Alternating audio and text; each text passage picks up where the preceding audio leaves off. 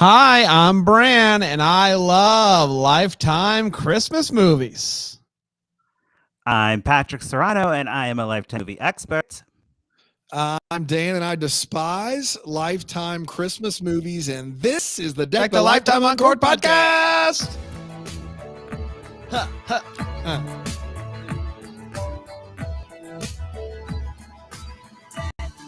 Yeah. Hello, everybody. I know I'm getting old. Is this little, we just ate lunch. Yeah. This little shimmy right here made my stomach kind of feel uncomfortable.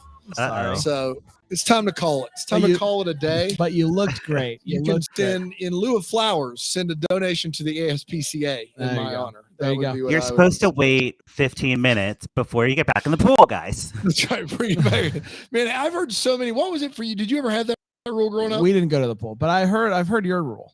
Hour and a half. My parents used to say an hour and a half. And I used to be a lifeguard, and right? I'm on board with your parents. Like, keep the kids out of the pool. I don't want to watch them. Yeah, but there was a time in our childhood, Patrick's my age, where there was a legitimate thought that in that first half hour, something with your stomach swimming could kill you. There's a chance you might spontaneously combust. That's right. Is what I understood. It was, I mean, you thought we were technologically advanced enough in the 1980s, but no. You could die. And so my parents were like, triple it just in case. Hour and a half, just to be able to say hey, I appreciate that. That's good parenting, air of caution. And I'm still alive. So, to be fair. Yeah. Contrary to popular belief. Your tan that summer was great. That's right. My tan was unbelievable. So good. Do you have any crazy lifeguard stories, Patrick? Oh, lots of them. I mean, being a lifeguard and being a Lifetime fan, it intersects well, None that I'm going to say on the podcast right now. I'll save that for my lifeguarding podcast. But yeah, let's just say it was a time. Lifeguarding Uncorked. Yeah, I love that. That's a weird thing to have that much responsibility. That's all I'll say. Yeah, you're over there drinking wine, talking about lifeguarding. Why the heck not? It's Christmas in July. It's the final Wednesday of July. And so we thought, what better way to close this sucker out than with the Deck the Lifetime Uncorked of a classic Lifetime Christmas movie that we've not discussed before. But before we do, Patrick, big news is you're coming down to Greenville for Bramble Fest. I am. I'm so excited. When you said big news, I'm like, oh my gosh, am I getting the Good Morning America spot? No, I am coming to Bramble Fest. I'm so excited. People were asking me if they can hug me, and I'm like, sure, I guess. I mean, like, are you a hugger? I'm like, I wouldn't describe myself as a hugger, but I will hug you if you want to hug. You know what I'm saying? Fair. That's a fair answer to that question. I appreciate people asking. I do. Brand's not a hugger. I'm not a hugger. Yeah. But I'm also like, but it puts me in a weird spot. Yes. Right? Yes. Like, I would rather just let's just do this thing. Like, don't ask me. Because then I'm forced. Do I be honest with you? Like that I don't actually really want to hug? Or do I just do it anyway? And then I feel like it adds an extra layer of I've never thought of, like, I've always thought of myself as just like indifferent on the issue, kind of like Patrick, but hearing the two of you, maybe I'm a hugger. Yeah. Okay. Just because like I don't have either like, I'm fine. Like when I see somebody I haven't seen in a while, I definitely want to give them a hug. So, but here's the thing. I don't mind. I don't mind of all the touching. I don't mind the hugs. I mind the hugs. So here's what I mean. Like, I don't like when people like rub my back. Well, yeah, no, I think we're all on the same. I don't like. I can do a hug. Some people Dawson gang don't random up to Brandon and massage his shoulders. He thinks that's weird. Yeah, right. Is that not a hot take? That is. I would hope that we're all on the same page there, right? I would say that I am by and large okay with hugs, but when you ask the question, it does make me wonder. I got you. It makes me wonder, like, what's the? Is there an alternative motive here? Well, it's COVID time. Yeah, and that's why I appreciate it. I appreciate it. I think I'd rather hug than handshake, to be honest. A handshake is just so awkward and like formal that I'm not into it. Even in a work setting, I'll be like, namaste, instead of a handshake. So what about the handshake that becomes a hug? I do that from time to time, where I'm like, bring it in. I grab him by and I bring him in for a hug. Yes, I will take a full hug. Just skip the handshake. Otherwise, you'll get the namaste from me. If you go for the hand, you get the namaste. Namaste. Dude, you're going to be getting so many handshakes at Bramble Fest now that right. There's going to be a lot of that. But when I see Patrick when he gets off the old plane, I'm going to give him a hug. Yeah, exactly. I'm so sad. Wait, are you meeting me at the airport? I will probably be picking you up. Someone will pick you up at the airport.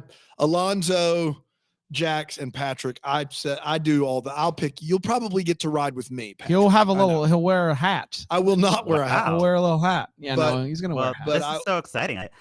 I don't even know what I'm signing myself up for, to be honest. So I'm just gonna be there and do whatever you guys tell me, and it's gonna be really fun.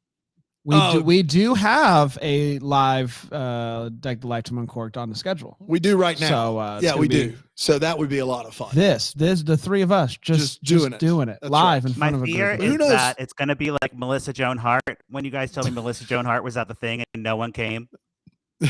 Yeah. What about am I going to be Melissa Joan Hart of this Bramble Fest? Patrick, there's only like 100 people that we let come to this thing. Like it's not like a droves of people. And so people are going to be excited to see you. 1, 2, it's a very small get together, which makes it a lot of fun. And 3, there's like karaoke and a bar and stuff. Like it's great. I love karaoke. I mean, come on, you're going to fit right in. You're going to be happy that you're there. Jesus Take the Wheel. You heard it here first. Wow. I love it. Wow.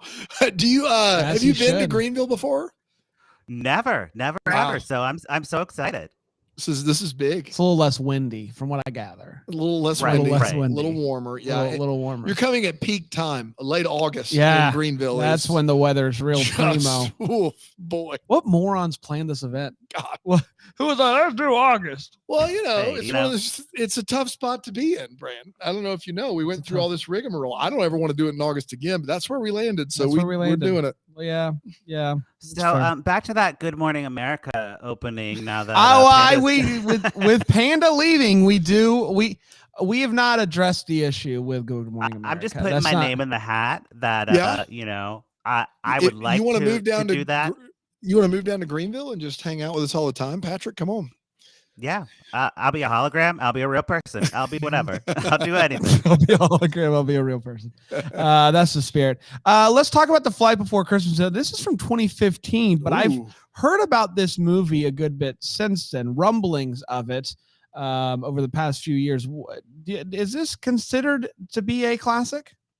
So when you asked me to find like a Lifetime movie from the past, I was like, there's not many classics, as it were. Most of the classics that I'm thinking of are from ABC Family. So I'm like, ABC Family really did it back in the day. And Lifetime was kind of like chasing their tail, and then they switched gears and went to Hallmark. So this is a good example, I think, of what a Lifetime movie is like being specifically Lifetime. You know what I mean? Like it's not trying to be like Hallmark. It's not trying to be like anybody else. It's just like everybody in this world is a little jaded. It's a travel movie, so they're not like happy to be traveling. They're like annoyed and rude and like real. You know what I'm saying? Yeah, I understand what you're saying exactly. Let's dive into it and help Dan understand exactly what we're talking about. That to happen. Patrick, take it away, buddy. So, here he is. My gosh. Here we go. Wait for it. Here it is. I wasn't ready. I thought we were going to banter more. No, we're good. We're good. So the movie starts off. We are in LA Christmas, because Lifetime doesn't have the snow budget. Right. Decorated palm trees. We got a little like Christmas music that like I forget what it was. It was like I don't even know, but it was some song that I'm like I know this song. Anytime a Christmas movie starts in LA, you're gonna end up meeting somebody that you're gonna hate, and I think that's just that's usually what happens. Is nobody starts a Christmas movie in LA without the person being from LA also being a monster. Yeah. And I think that's par for the course here. And it is true in this movie. Well, right. So we immediately meet, I didn't say who the movie starts. The movie starts, Mayim Bialik. Yes. Bialik from Blossom or Big Bang Theory. Jeopardy. Big Bang Theory. Yeah. Yeah, those She's two. all over the place. We know her. She's the Jeopardy. She's the new Jeopardy She's the host. Jeopardy host. Yeah, She's I knew the I host, knew that yeah. name. Didn't know her face, but I knew the name. Yeah, you're too young for Blossom, but it was a big thing back in the day. Yes, Okay. it was. All right, okay. Big thing. Whoa. Ryan McPartlin. Yeah, he's Hunky been man. on Hallmark, hasn't he? I don't know. He was very hunky, and I will say, if you squinted, he looked a skosh like Tom Brady. If you squint, just a skosh. Wow. Yeah. High praise. And then we also have TV veterans, Reginald Vell Johnson and Oh my Yes. Marie Payton from Family Time Matters. out. Uncle Harriet and Uncle Carl are married in this movie. Yeah, I know Yeah, you're having it's a really hard time with this. You're stumbling over it, but yeah, you're getting it. How? What? Yeah. Crossover event. You know, this is what happens to the Winslows after. I can't believe What's I so didn't great get asked is to watch this movie. I know. I'm sorry. So I didn't realize it either. That stings. I didn't realize it either. I didn't realize until it happened. So Harriet's on screen at one point, and I'm like, "Hey, it's Harriet!" And then Carl comes walking out. I'm like, "It's Carl!" It's like what's that the GIF of what's his name? Spider-Man? Yeah, no. From This the is Hollywood movie. Oh, it's on yeah. the couch. Once Upon a Time. Yeah, Once Upon a Time in Hollywood. Yeah, that guy. That GIF. You guys know what I'm talking Yeah, about. I can't that believe moment. this. I can't believe this is happening. Well, and another great example of Lifetime, what makes a Lifetime movie is they're not afraid to do stunt casting. They'll stunt cast till the day they die. And that's what makes it so great. Did this stunt cast serve a purpose? No. But it happened. Is and it I think better that's than when Darius McCrary and Kelly Shani Williams were in Christmas in Carolina together? It is that I think served more of a purpose. Wow. This was like very much like, I don't know. It was so random. And like they weren't conditioned this day and age. Yeah, they weren't on screen a ton, like a decent amount, but not a ton. So, but they did it. They were there. Anyway, continue. Yes. So we meet our protagonist, whose name is Stephanie, but I will call her Blossom for the rest of this recap here. I'll allow it. Fair. And Blossom is shopping with her friend, and she gets a call from her mom from Connecticut. And you're like, Christmas in Connecticut? Got it. Great. There's a twist. She's pulling out cookies from the oven, and there's Christmas cookies and excuse me. Oh my gosh. Are you okay? I have like a frog in my throat. You didn't get some wine? Like you're drinking coffee. I don't like coffee. this. I mean, it's 12 o'clock somewhere, right? You said it, buddy. Okay. Here. Yes. So she pulls out the cookies. We got Christmas and Hanukkah cookies. Oh, I see what's going on here. Malayam Blalek is, Jewish. Yeah, just stick with Blossom, I think. Okay, Blossom. It's not Malayam Blalek. I don't know. But, when you think of like a Jewish actress, like she's like number one, right? After like she played young Bette Midler in Beaches. I mean, come on. I am going to respectfully bow out of this discussion. Yeah, all right. After yesterday's Griddler on the Roof, you're like, well, let me just take a break. Yeah, you're right, all right. Fair. So, but basically, we have some representation of Jewish people in a Christmas movie, which is like way before 2015. Are you kidding conversation? Me? Yeah. So we love that. The mother is like really upset that her daughter's not coming home for the holidays, and she's like, I really want to meet your new boyfriend, Brian. My guy.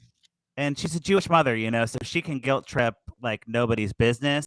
And she really lays it on thick, like, I'll be dying soon. Like, my eyesight's starting to go. Like, she really pulls all the stops. But that doesn't happen because Brian breaks up with Blossom right in the next scene. Yeah, from what I gather, they were supposed to move in with each other. Wow. And instead of moving in with each other, he said, I will be moving out of your life permanently. Wow. So things didn't go exactly according to plan for Blossom. Stings. Or Malik Blalock. Yeah, and Blossom is like so upset because she's like, I already like sublease my apartment. Like, I'm essentially homeless at this point. So I guess I'll go home for the holidays because I have nowhere to live. Right. Yeah. That's the obvious next choice, is to do a cross country trip. Yeah, and use the money you could use for a place on travel. Yes. And so she's booking her flight or whatever, and it's like a weird thing where she can't find a flight, and then all of a sudden a magic flight, and she's like, Yep. that's weird. And she clicks it. And we also, at the same time she's shopping at the mall earlier, there's a guy and his name's Michael, and he's looking at engagement rings. Like, she passes the shop and like he's looking at engagement rings inside for his long distance girlfriend, Courtney, who seems to only be interested in him because he does what she says, pretty much. Yeah, like it's a weird girl. Yeah, it's weird because Tom Brady has been like, he lives in LA. It's for his job. But he's done this long distance thing, and he keeps going back and forth from LA to Boston, East Coast, sure, to Somewhere. East Coast, like on a regular basis. But he's like, he says she will never move out here unless, there's a proposal. So I guess he's hoping now that he's going to put a ring on that he had, like, proposal. It's less about love and more about, I'm just sick of doing the travel, basically. So that's Tom for you. So, yes. So basically, he is also taking a flight to go see his girlfriend, and Blossom and Michael end up at the same airport together. LAX, of course, famous, terrible airport. If you've ever been, it's one of the worst. And there's a man, like, there's a Santa, like a Salvation Army Santa with the bell, and then there's a like man that looks like Santa behind that man, and he's like looking at Blossom like hey, and she like drops her ticket or something, and he like picks it up, and she's like, oh, thank you, and he's like, you're welcome, really giving us Santa magic vibes. And in case it wasn't like subtle enough, there's like chimes in the background, like Godwing chimes. Like, it's pretty clear that this is the real deal. Real big guy. Yeah, and so she gets to like the flight attendant station, and she like can't find the ticket, and then it magically appears, and she's like, "This isn't the flight I was on, or this isn't the seat." And she's like, "I'm upgraded," or whatever. Like, she's very excited that she's like, the Santa upgraded her. Santa upgrade. Yeah, classic basically. Santa upgrade. And then they're boarding the flight, and Santa, of course, the guy, the Michael guy, he gets on the plane and is in first class, and that really bothers Blossom because he like cuts in front of her in line, and like, they're like, "Ugh, I hate each other" type of thing. They're very like not nice to each other. Like right out of the gate, they are very rude. Both of them. It's a mutual rude. It's a mutual rude. So rude. And that's what I love about this, is that at the airport, if someone cut me in line, I would be like, "Excuse me, there's a line behind me." Okay. That sounds kinder than what I'm imagining there being in the movie, though. Oh right, yeah. She like curses him out and like drops some. Would you actually say something, Patrick? For some reason, I just picture you just kind of being like, "Okay, whatever." It depends on my mood, I guess. If I'm not in a hurry, I wouldn't care. But if like there's a pregnant woman in front of me, and like I'm offending like all our honor, I will speak up for the line. Okay, sure. So in the very specific case where there's a pregnant woman in front of you and you're trying to help that person out, then yes. So you would I imagine a world where all the people you would never like cut, like pregnant woman, like a veteran, like all these people at that point, then who would actually cut in front of that line, though? Yeah, that's true. Right, like a bad person. So then they deserve it. I'm with Patrick on this one. Yeah. But if it's just me and a bunch of nobodies, then cut away. Right. Well, and I mean, I probably cut a line unknowingly, but so you got to give them like, maybe they're just dumb and they don't realize what's happening, and then they'll be like, "Oh, this is a line." We've come full circle from I would absolutely to be like, what? I've probably done it myself. Maybe you're right. Okay, so Santa can't find a seat on the plane, and he's like, "Oh, I don't know what to do." And then the handsome man gives up his seat so Santa can sit there, and goes to sit in Santa's seat in the back, which is next to Blossom. And they're like really mean to each other. She's like, "Oh, you gave up your first class ticket. You must be so cool." And he's like, "Whatever." and she's like on the phone, like yelling at her boyfriend, and like it's just not good, you know. They're just not kind at all. This entire time, neither of them are kind to each other. I thought her boyfriend broke up with her. Yeah, no, this is not her boyfriend. She's on the phone. She's on the phone with the boyfriend, being like, "Yes, you're ruining my life, and I hate you." You know. Yeah, just like kind of finalizing the separation. Got it.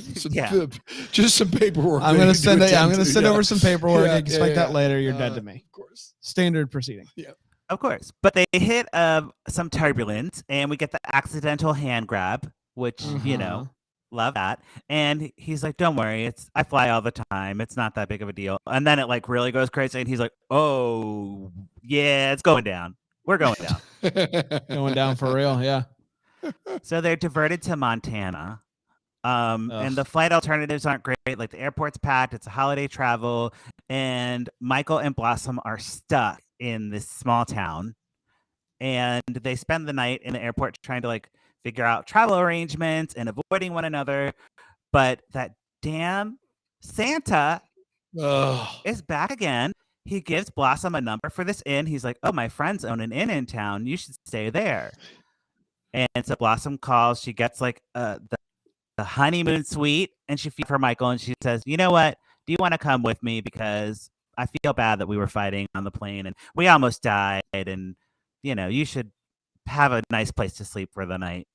Yeah, something happens that helps her heart grow a little bit, and so she extends an olive branch. Something does it, do they play it like it's magical? I think there's some magic afoot. I think there's some magic afoot because he's going to be sleeping there on the chairs. They say that it's going to be at least until tomorrow night, so they got a full day and then another day until the flights are going to take off again. So big snowstorm, big fun, big honeymoon suite. Anybody? Who's playing Santa? Who's the actor? I don't know who Santa is, but he's doing a swell job. He's good. But I think it's really Santa. Yeah. Okay. Santa is playing Santa. Santa as Santa. That's exactly right. Note. That would be if I was making a movie. That would be how I would at the beginning of the movie where we do the things and Santa as Santa himself. Yeah, that's exactly right. Yeah, I like that. It should be every movie like it's just Santa. You know, it should be the Hollywood way. But this is where we meet the Winslows that are they're running the inn. Oh, they run this inn small little in town Montana. Yes, the Winslows. Yes, the Winslows. There you have it. Yes. Well, right, and don't worry because this gets explained later that they aren't from Montana. They moved from the city because they gave up their life, and Urkel was so annoying, so they had to move to Montana and open an inn. You know, go. Yes. Yeah. No, more than fair. They are very committed as well. So this town in Montana has a big Christmas Eve dance every year. Yeah. That makes sense. And their whole life at this point right now is they're trying to win the dance competition. Dance off? What? There's a couple that has won every year since Jesus.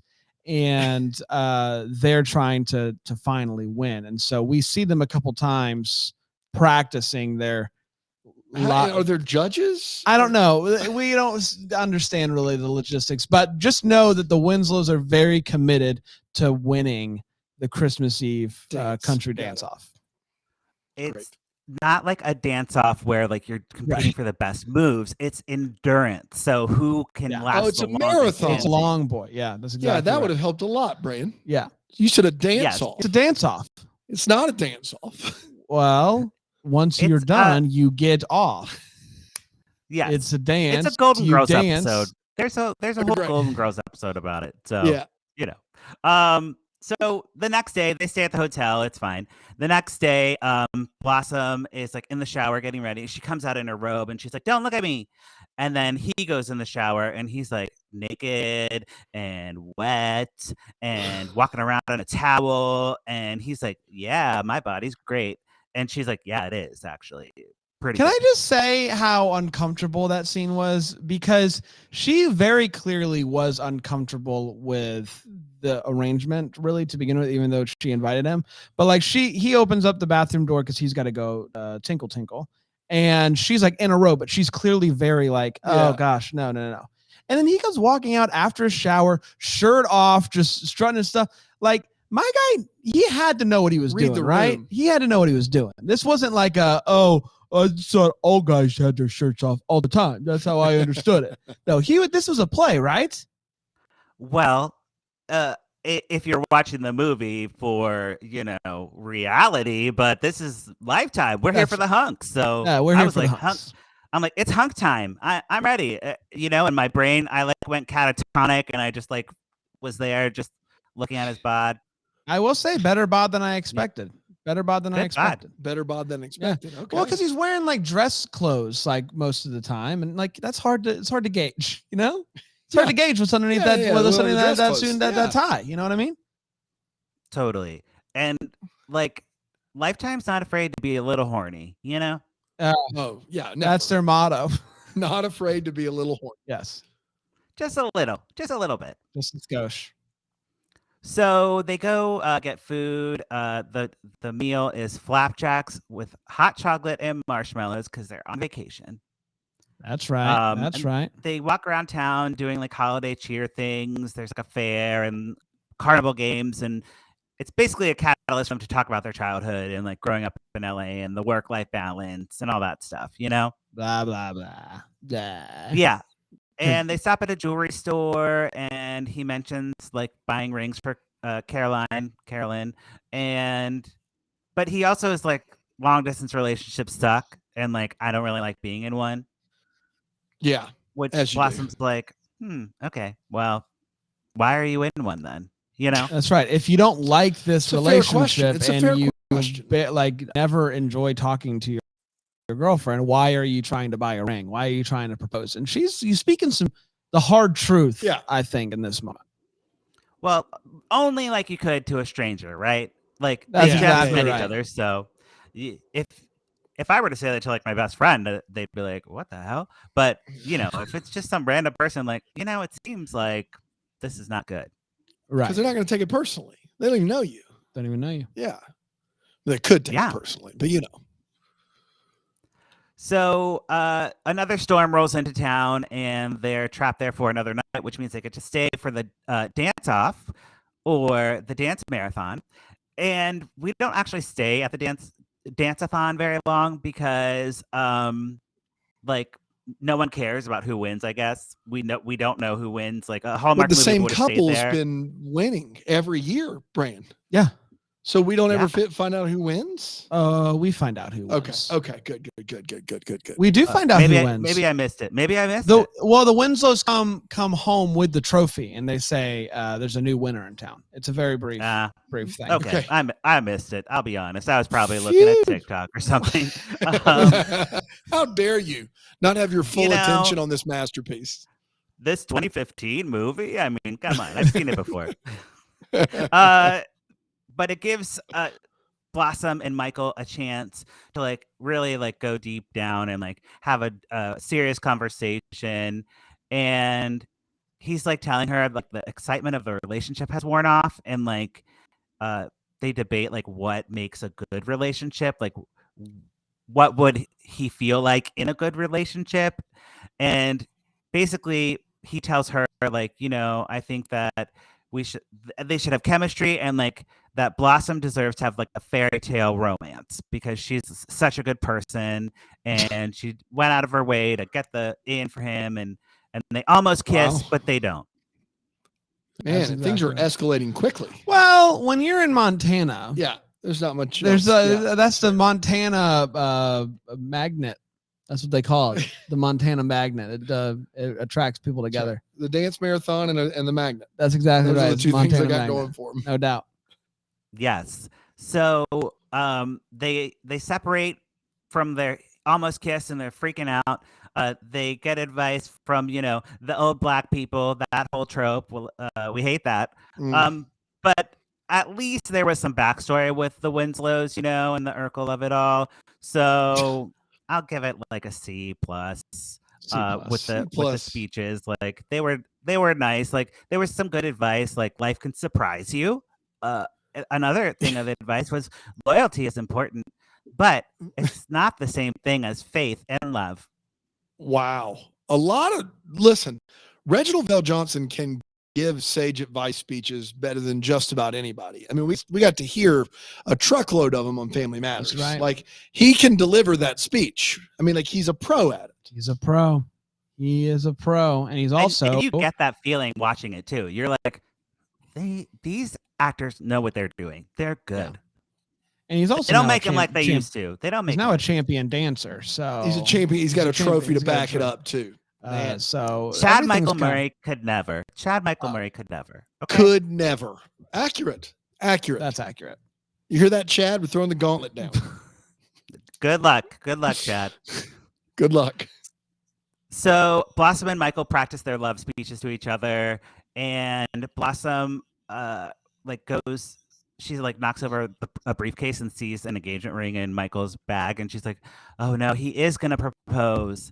So she's like, "What am I doing? I'm breaking up a relationship. I gotta get out of here." And she runs off to the airport. To be clear, really quick, when Patrick said they're practicing their love speeches to each other, they're like, we see they're in separate rooms. They're gonna tell each other that they're in love. And so she's in the room, and she accidentally knocks over the briefcase, sees the ring, and that's when she's like, "Oh wow, this is real." And they never professed their love to each other. Yeah. That's right. And this is a classic rom-com thing of the airport, which I hadn't seen in a while because I think it became so cliche that they stopped doing it. But it was nice to revisit that and be like, "Oh, I love that," because they're like in the TSA security line, which no one's in for some reason. And Michael's like, "Oh, wait, Blossom," and she's like, "Have a great life." Like, I shouldn't have said. I stepped out of bounds. Like, I shouldn't have said anything. He fumbles his like speech to her, and basically she boards her flight and like leaves. Wow! Boom, man! I thought that first flight they took together was going to be the flight before Christmas that the whole movie was based on. But there's more flights. More flights. Wow. Yeah. So Blossom goes. She's reunited with her family. We get a montage of them enjoying the holidays. Intercut. This is the best. Intercut with Michael breaking up with Courtney. It's like Blossom is like cutting the turkey. Michael is like Courtney's like running around crying and screaming at him, you know? It is a fascinating montage of classic. Like, we are both spending Christmas the exact same way. And here's the way that we can tell you. And but one was a little bit more exciting and sad and awful, and the other one was just very like, "Oh, we celebrated the holiday, we did, and it was swell." Yeah, it's like the same. It's like the same holiday music. Happy Christmas. Yeah, it was great. It was good storytelling. You know, they were running out of time. They didn't want to like. We didn't hear anything about the breakup. We just saw them like talking and looking sad. So funny. So good. Best montage I've seen in a while. It was really good. So we head back to LA. Blossom is like moping around. Michael's moping around. It's that weird time between Christmas and New Year's where days don't matter. Yeah. And they get invited, of course, to the same New Year's party. And they run into each other. Yeah. And Michael admits that he's been like trying to find Blossom to ask her out on a date, and they count down to the new year and they kiss. And the thing about the kiss here is like, get that girl an apple box because she is so short and he is so tall. It was a very weird leany kiss. Then the real Santa is there and he like winks at them. And he like watches them kiss and he nods at them while they're kissing. He's like, "Yeah, you get it. You get that kiss." And I like to think that this was That's Santa's. one of the creepiest Santas I've ever I like to think that this was Santa's New Year's Eve party. I think he was throwing that. Yeah, party. You get it. You get that kiss. You get that kiss. Santa was into it. And I mean, like, we should call Mrs. Claus and make sure she's okay because I don't think they have an open relationship. Wow. I don't know, man. I don't know, but I would assume not. You'd assume not with Santa. You'd assume not. He travels around the whole world.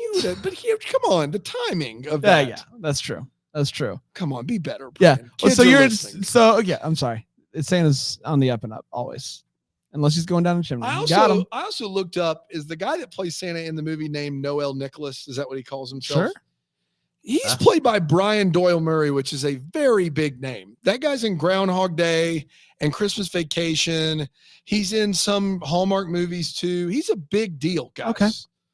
Oh, well, But you know, Carl when you and tell Harriet, me Santa, when you tell me Santa, I believe you. yeah, He's said in he was Caddyshack, Wayne's World. Like, dude is a legend. Yeah, but is he Carl and Harriet from Family Matters? The answer is no. He's probably a bigger deal than those two. He's fifth on the call sheet, though, based on this. So bigger than Carl and Harriet. Can I tell you a short Groundhog's Day anecdote? I would love to hear one, Patrick. So you know the saying, like, it's like Groundhog's Day up in here or whatever, you know? Yeah. That classic saying. It's like Groundhog's Day up in here. Yeah. Yeah. Yeah. Well, I said that at work the other day, and I work with Gen Zers. Yeah. And they didn't really, I was like, do you know why I just said that? And they were like, no, it's just like a thing people say. I'm like the movie Groundhog's Day. They're like, nope, never seen it. I'm like, dang. Man. They don't know. They don't know. Old people, am I right? Sheesh. Yeah. Made me feel old. How in the world does Gen Z just live their lives? Gen Z, more like Zero. Got him. We did it. We figured it out. And that's the movie, Fly Before Christmas. Wow. Oh, it is. Yes, that's it. Santa likes what he's seeing, and that's the end of the movie. All right. I mean, it ends what? real weird. Yeah. All right. That's what I'm talking about. Patrick, what is poured up? Put a cork in it? How do you not know this? Yes. So We've now we're going to pour it up or put a cork in it. I guess we'll start. 4 years. I never remember who goes first, but I go first. Dan goes first because he didn't see it. There you go. You guys both. I'm worried about your I memories. always forget if it's pour it up or pour it out.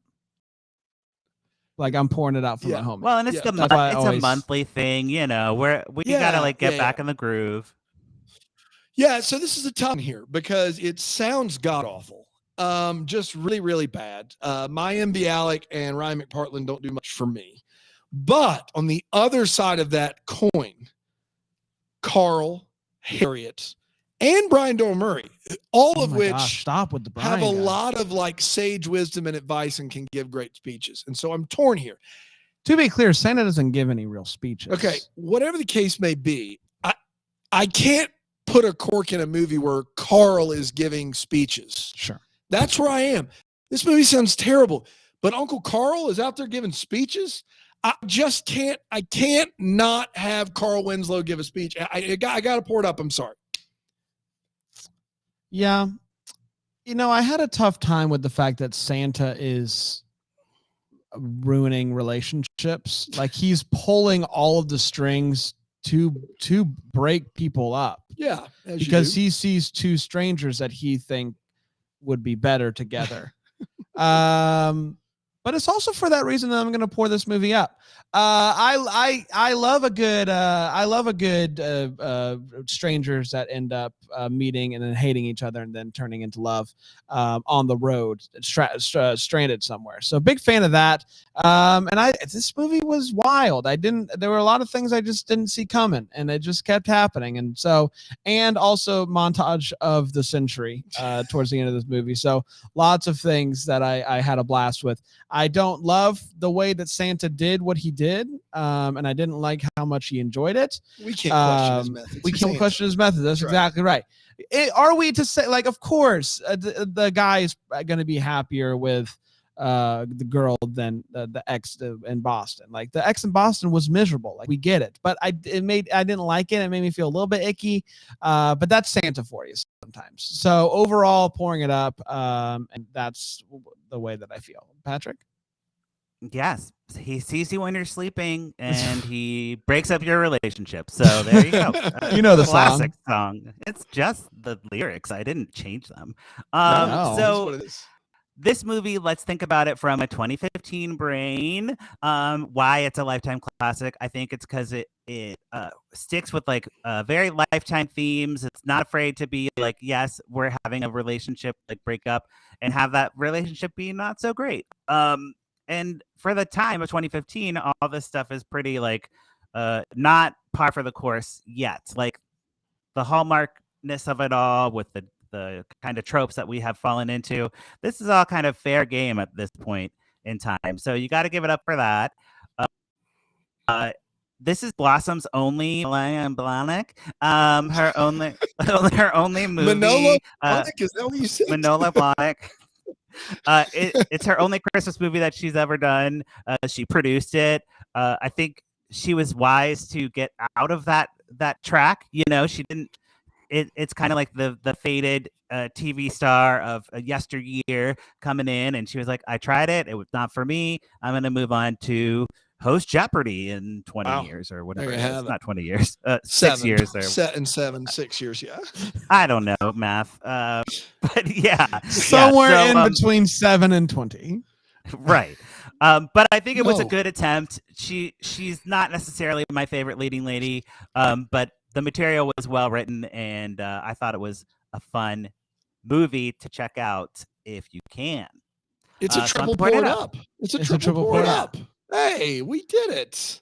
I look forward to the day on Jeopardy where she says, leading lady in the 2015 Lifetime movie, The Flight Before Christmas. Oh. And Patrick has to buzz in and who say, is Malanis and Malanis? Oh God.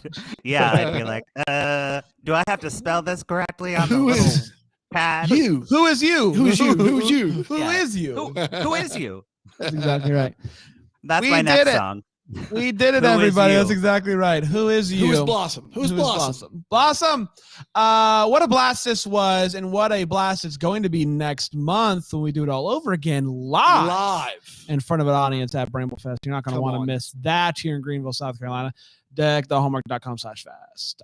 Patrick, thank you, buddy, for joining us. Dan, thank you for doing nothing, but you're welcome. No, how dare you? You were here, and that's half the battle. Had you told me Carl and Harry, good listener. That's right. But had you told me Carl and Harry were in the movie, I'd have watched it with you. I'd have broken the rules. You can't break the rules. I would have for Carl and Harriet. I would have. Fair. Patrick, anything before we depart? I don't know. Christmas in July was pretty fun this year, right? I think they were not that bad. Yeah. You know? Yeah. They're passable. More than fair. More new movies for next year, July would be wonderful. Let's do 4 weeks. It's a ratings win for Hallmark. I don't know why they wouldn't do it. Yeah, it makes sense. I'd say. Anywho, knock them out of the way. Get them out of the way now. No, they'll do more. I don't need 40. I don't need 40 at Christmas. That's a pipe dream. You're still gonna get 40. They're gonna add on. They're not gonna disperse them more equally. That's ridiculous. That'd be silly. Fair. Until next time, maybe be the first to wish you a Merry Christmas. Bye. No, that. All righty. We did it.